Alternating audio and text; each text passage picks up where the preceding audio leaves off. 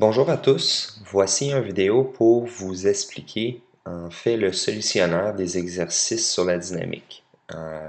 Évidemment, c'est la deuxième partie, donc ce sont tous les exercices qui ont un lien avec les corps soumis à plusieurs forces.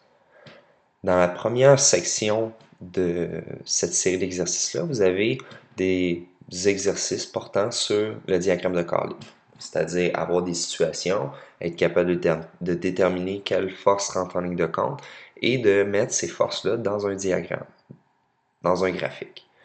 Donc, on a ici un chat qui est immobile sur une table, en position assise. Dans une situation comme ça, c'est important de réaliser qu'il n'y a que deux forces qui rentrent en ligne de compte. Il y a la force gravitationnelle vers le bas, puisque le chat, lui, est attiré vers la Terre, donc il veut tomber. Pourquoi il ne tombe pas? C'est parce qu'il est présent, il est assis sur sur une table qui exerce une force normale vers le haut. La force normale a une norme égale à celle de la force gravitationnelle. Et c'est pour ça que le chat est en équilibre. Il y a autant de force vers le haut qu'il y en a vers le bas. Donc, dans un graphique, on obtient un diagramme de corps libre ressemble à ceci. On a un axe des X qu'il n'y a aucune force dessus.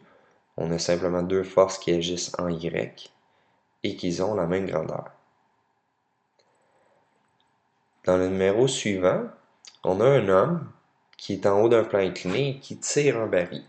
Donc, il y a un mouvement dans ce sens-là, comme ça ici. Quelle force entre en ligne de compte? Ben, le baril, lui, veut tomber vers le bas. Donc, il y a une force gravitationnelle vers le bas. Le baril n'enfonce pas dans le plan incliné parce que la surface de ce dernier exerce une force normale perpendiculaire.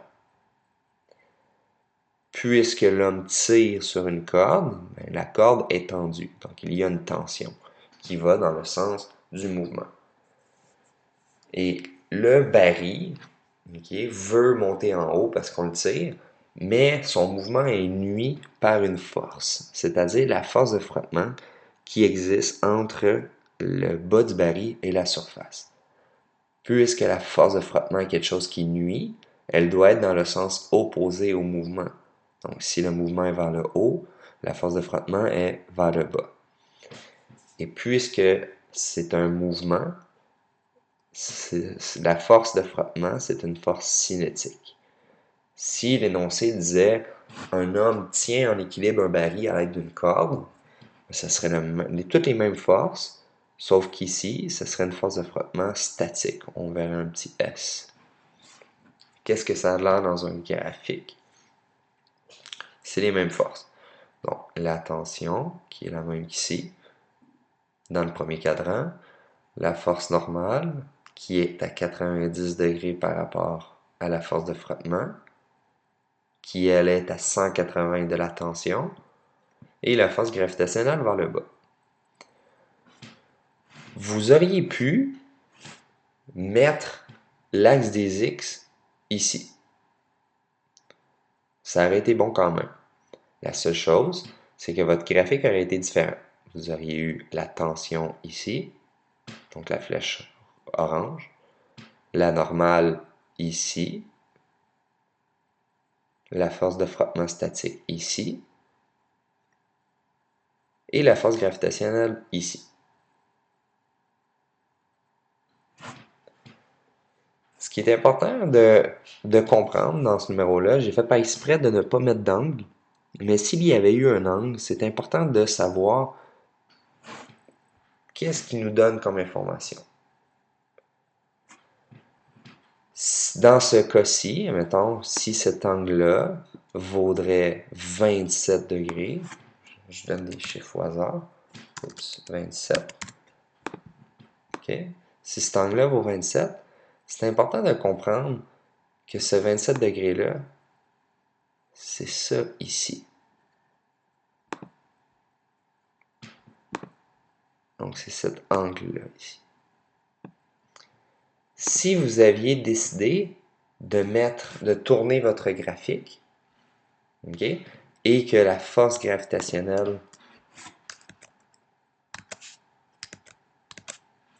soit ici, comme ça ici, ben le 27 degrés, en fait, il serait quoi? Ça serait ça ici. Ça serait notre 27.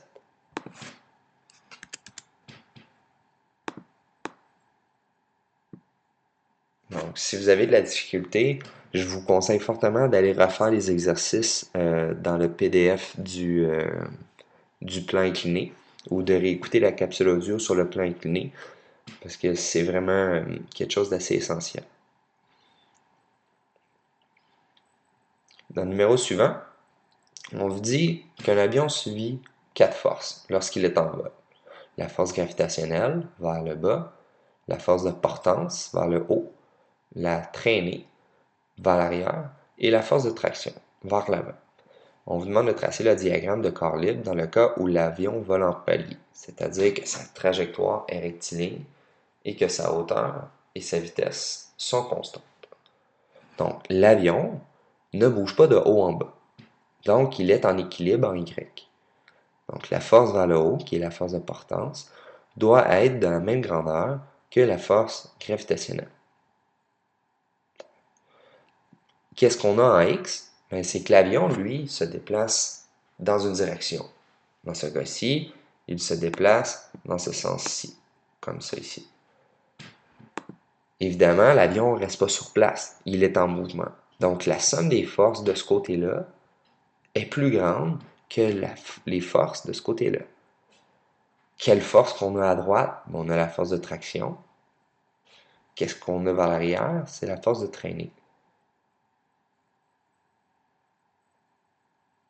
Donc, la force de traction doit être plus grande que la force de traînée. Ici, on n'a pas un système qui est en équilibre. Parce qu'on a, mais en fait, on a un équilibre en Y, mais on n'a pas un équilibre en X. La somme des forces n'est pas nulle. Ça donne une résultante qui va être vers la droite, comme ça ici. Parce qu'il y a une partie de la force en X qui est plus grande de ce côté-là que de celle-là. Donc ici, on vous demande de tracer un diagramme de corps libre pour chacune des masses, la masse A et la masse B. Si le système est en équilibre, ça veut dire que la somme des forces est nulle.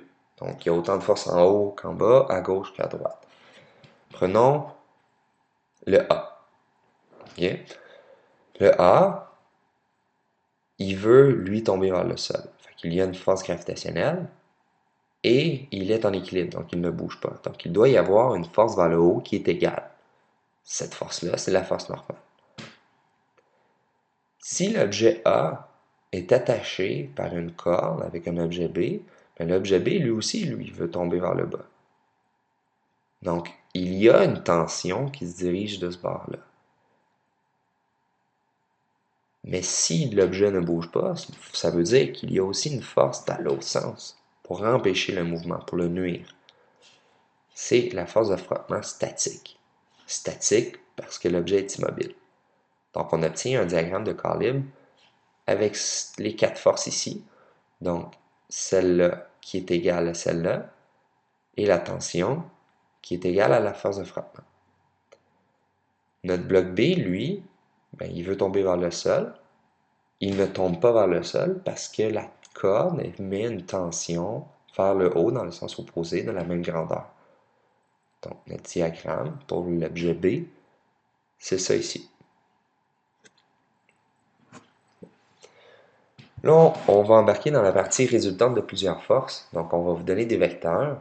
Il faut simplement faire l'addition de ces vecteurs pour me trouver la norme et l'orientation de la force résultante. On dit, deux personnes essaient de déplacer une table. La femme pousse alors que l'homme tire. Les forces exercées par la femme et l'homme, perpendiculaires à la table, sont respectivement 30 newtons, qui est la force de la femme, et 20 newtons, la force de l'homme. Les frottements des pattes de la table du plancher sont considérés comme négligeables. Donc, on se balance un peu de la force de frottement. On fait juste vous dire, il y a deux forces qui rentrent en ligne de compte. Premièrement, tracer le diagramme. Ben, si la femme pousse, et que l'homme tire et qu'il pousse perpendiculairement à la table, ben, ça veut juste dire qu'il y a une force d'un côté, puis il y a une force de l'autre. Donc une force vers le haut, une force vers le bas. La femme pousse, l'homme tire. Si on vous demande de trouver la force résultante, ben c'est tout simplement de se dire, je vais additionner toutes les forces qui agissent en X, je vais additionner toutes les forces qui agissent en Y, et je vais avoir les composantes de ma force résultante. Qu'est-ce qui se passe en X? Ben, il ne se passe rien. Il n'y a aucune force qui agit en X. Les deux seules forces qui agissent ici sont en Y. Donc la force résultante en Y, sa composante, ça va être la force 1 plus la force 2. La force 1, elle vaut 30 newtons. On est dans les Y positifs, donc 30, plus F2, qui vaut 20, mais dans le sens opposé. Donc on met un moins, parce que c'est dans l'autre sens. Donc la force résultante vaut 30 moins 20, 10. La force vers le haut est plus grande que la force vers le bas.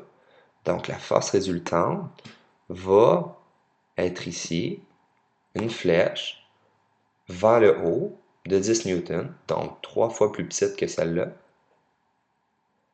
à 90 degrés.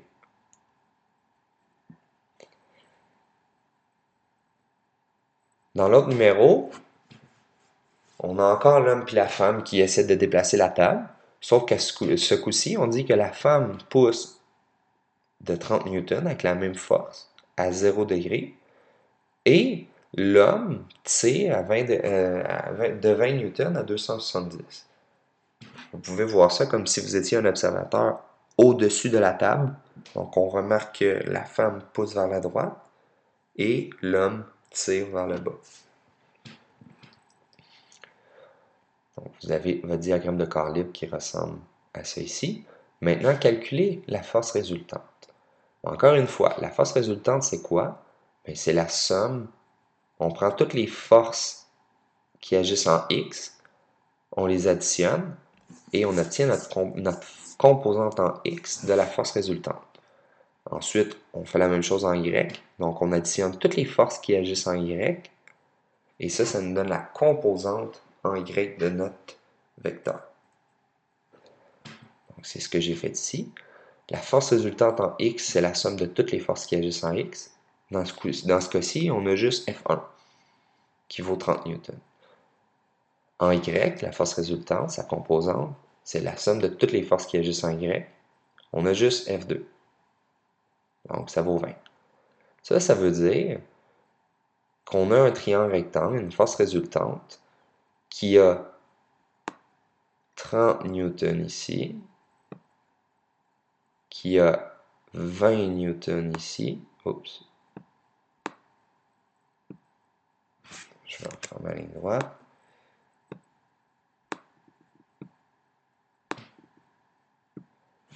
Donc, ma force résultante, c'est une force qui est comme ça ici.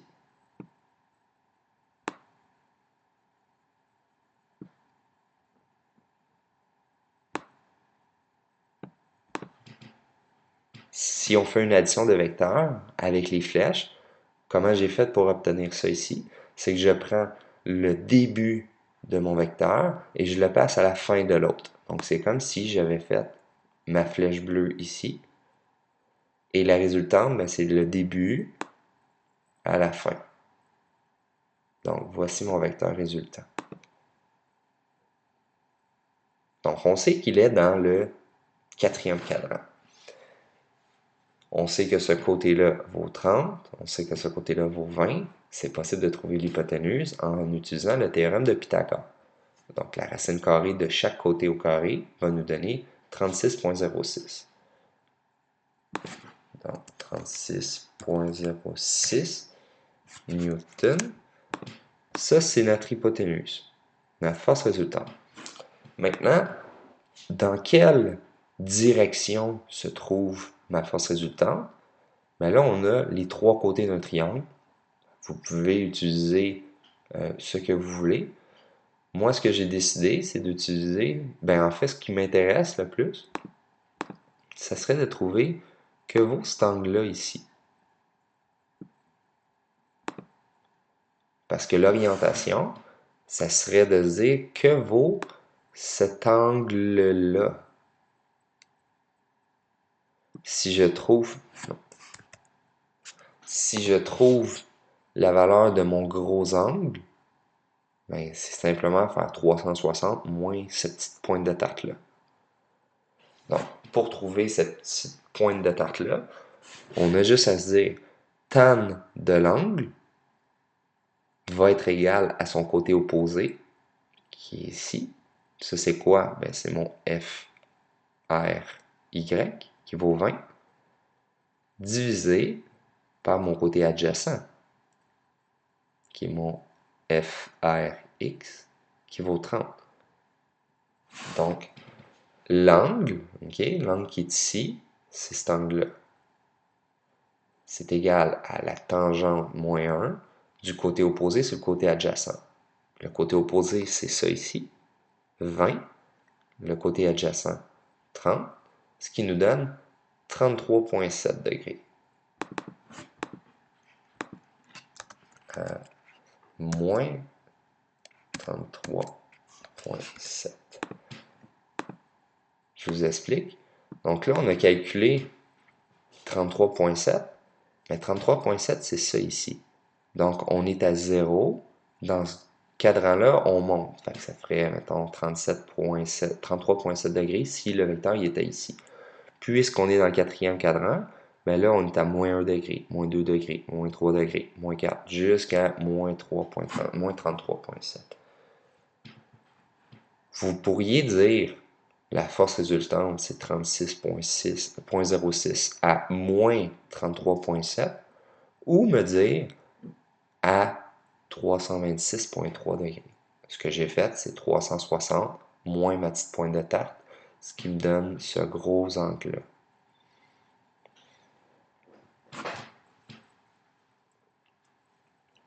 Bon, on va embarquer dans l'équilibre. On vous dit, une charge de 5 kg est suspendue au plafond à l'aide d'une corde.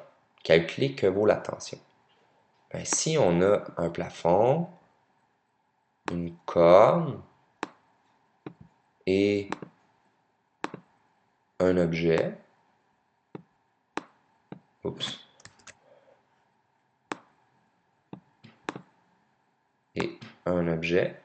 l'objet, lui, qu'est-ce qu'il veut faire? C'est qu'il veut tomber vers le bas.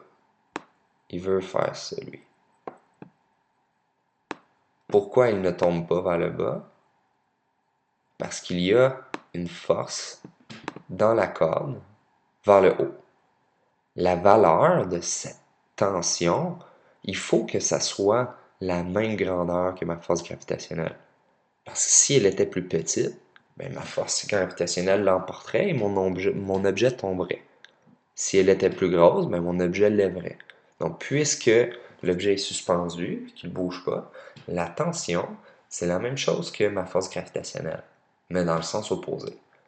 La force gravitationnelle, sachant que la masse a une masse de 5 kg, c'est 5 kg fois 9,81 m par seconde carré, ce qui donne 49,05 Newton. Mais la tension, la force gravitationnelle, elle est à 270 degrés. La tension, elle est vers le haut, donc à 90 degrés.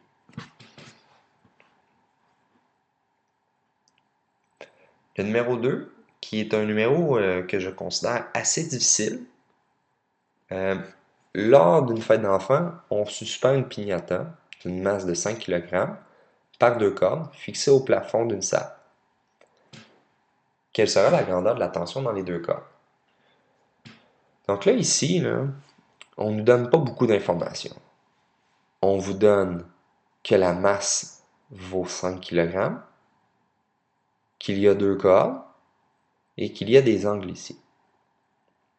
C'est pas mal tout ce qu'on donne. On dit, en fait, on prétend que la piñata, elle ne bouge pas. Là.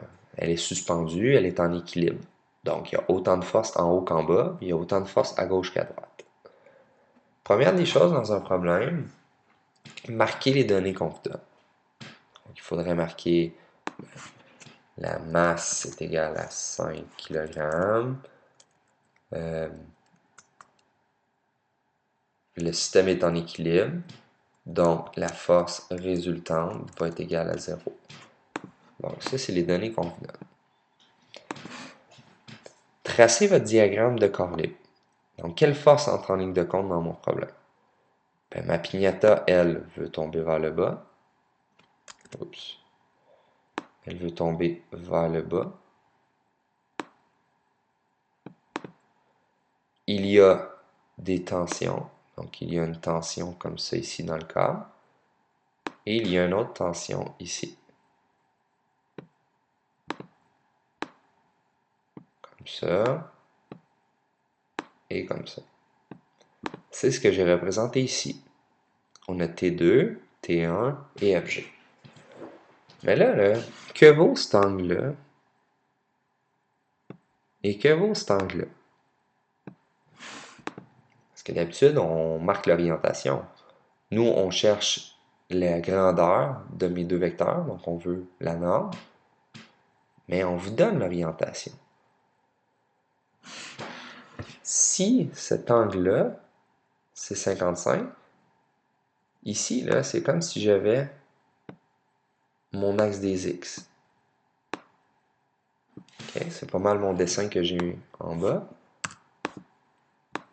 Donc, ici, j'ai mon axe des X.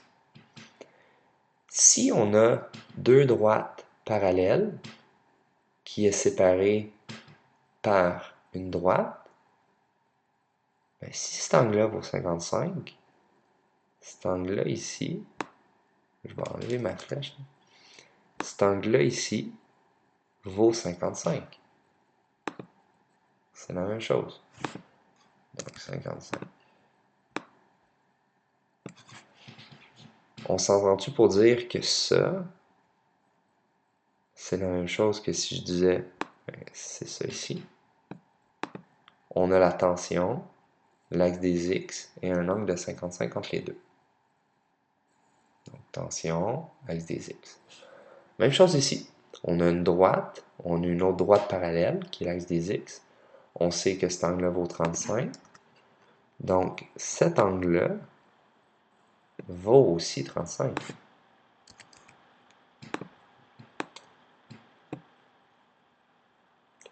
C'est l'angle entre T1 et l'axe des X. Donc, c'est ça ici. Donc, on vous donne l'orientation de T1 et T2 dans le problème. Donc, dans les données, là, en fait, vous auriez orientation T1 égale 180 moins 35.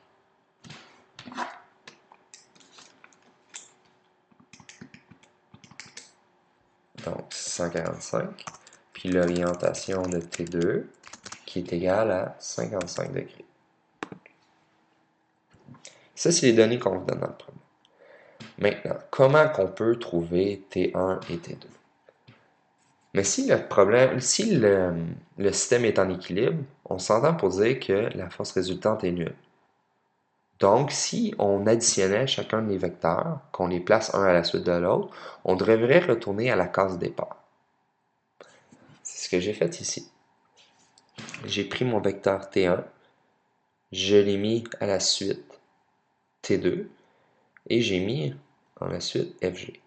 Donc, ma force résultante, c'est un point. Okay, c'est tout simplement un point ici. Ce qui veut dire que si le départ de mon premier vecteur puis la fin de mon dernier retournent à la même place, ça vient dire que c'est nul, c'est en équilibre.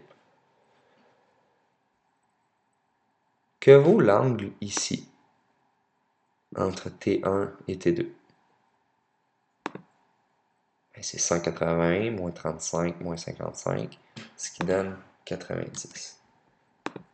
Donc, il y a un angle de 90 entre T1 et T2.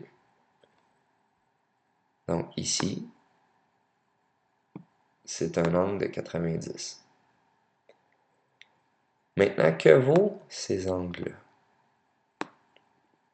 Que vaut l'angle entre T2 et FG? Okay.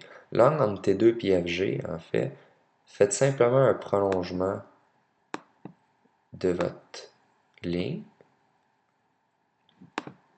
Ok. J'aurais aimé ça la mettre en pointillé. Je vais essayer comme ça ici.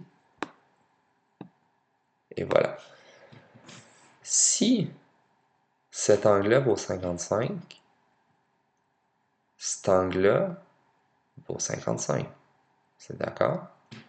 Donc cet angle-là ici, c'est la même chose que ça.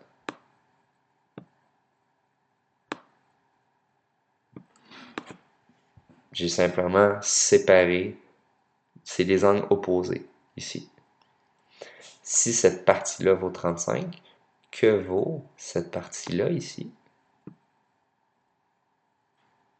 Ben, c'est 90 moins 55, c'est 35. Donc l'angle ici vaut 35 degrés. C'est ce que j'ai marqué ici. Entre T2 et FG, il y a un angle de 35 degrés. Donc ici vaut 35. Même chose, ici, que vaut l'angle entre T1 et FG? Ben, c'est simplement si je fais un prolongement.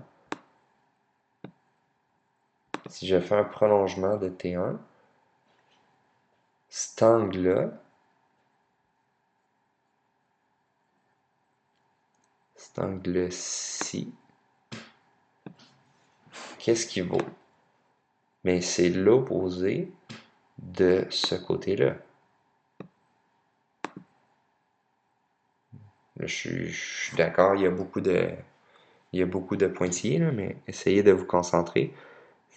Ça ici, entre l'axe des Y et mon axe, c'est la même chose qu'ici, entre l'axe des Y et mon axe. Et mon vecteur. Cette partie-là vaut combien? C'est 55 moins 35, ce qui donne 55. Donc ce côté-là vaut 55 et ce côté-là vaut 55. Donc, tout est une question d'angle.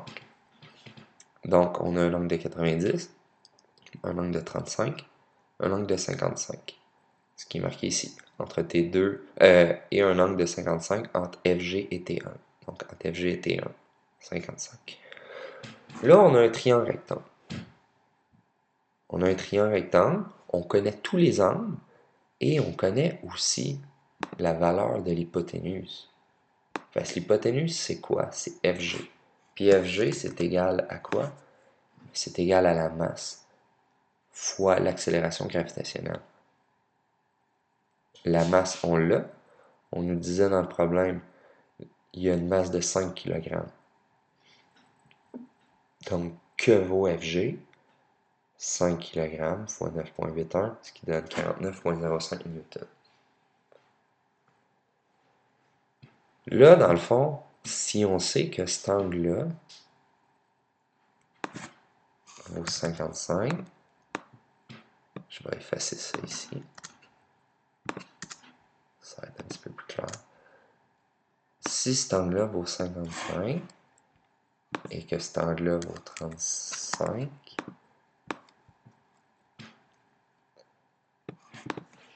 on s'entend pour dire que T1, c'est le côté opposé à 35. Et on le voit, c'est le côté vraiment opposé. T2, lui, c'est le côté opposé à mon angle de 55. C'est le côté opposé, c'est l'autre bord. Donc, en utilisant la loi des sines, on sait que sin de 55, ça va être égal à quoi? Oups, ici il y a une erreur, excusez-moi, c'est un 3. Là. Sin de 35, ça va être égal à T1 sur FG. Donc, pour trouver mon T1, là, il me suffit de faire sin de 35 fois mon accélération gravitationnelle, puis ça va me donner la longueur de ce chiffre-là.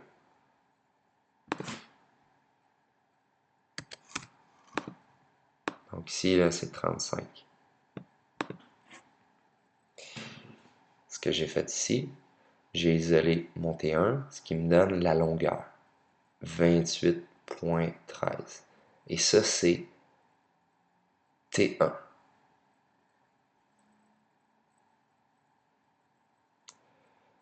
Bon, il y a une autre petite erreur.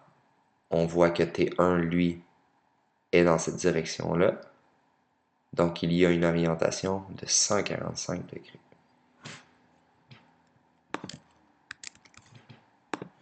Donc, ici, on a 145. Ça, c'est pas bon. Même chose pour T2. Mais T2, c'est le côté opposé à mon angle de 55. Donc, sin de 55, c'est égal à mon côté opposé sur l'hypoténuse. Le côté opposé, c'est ce que je cherche. Donc, T2, c'est sin de 55 divisé par FG. Ce qui donne 40,18. Et ici,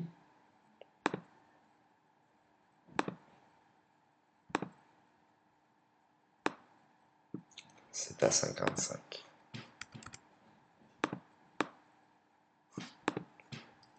Excusez-moi pour les petites erreurs de frappe, c'est ma faute. Donc, comprenez par contre que les angles, c'est en fonction de notre graphique initial. Donc, T1, lui, est dans ce cadran-ci. Donc, c'est pour ça que c'est à 145 degrés. Et T2, lui, c'est à 55 parce que ça fait partie de notre problème initial. Donc, j'espère que ça vous a aidé. Je vous conseille très, très fortement de retenter le problème, de le refaire par vous-même. Et pour voir si vous êtes à l'aise, je vous conseille de modifier les angles ici. Donc, si c'était, je sais pas moi, 45, 45, est-ce que vous seriez capable de le faire? Ben, c'est la même chose. Sauf qu'ici, à place d'être 55, ce serait 45. Puis ici, à place de 35, ce serait encore 45. Donc, ça revient au même. J'espère que ça vous a aidé. Si vous avez des questions, n'hésitez pas. Envoyez-moi un courriel ou posez-moi des questions. Ça va vraiment me faire plaisir de vous répondre.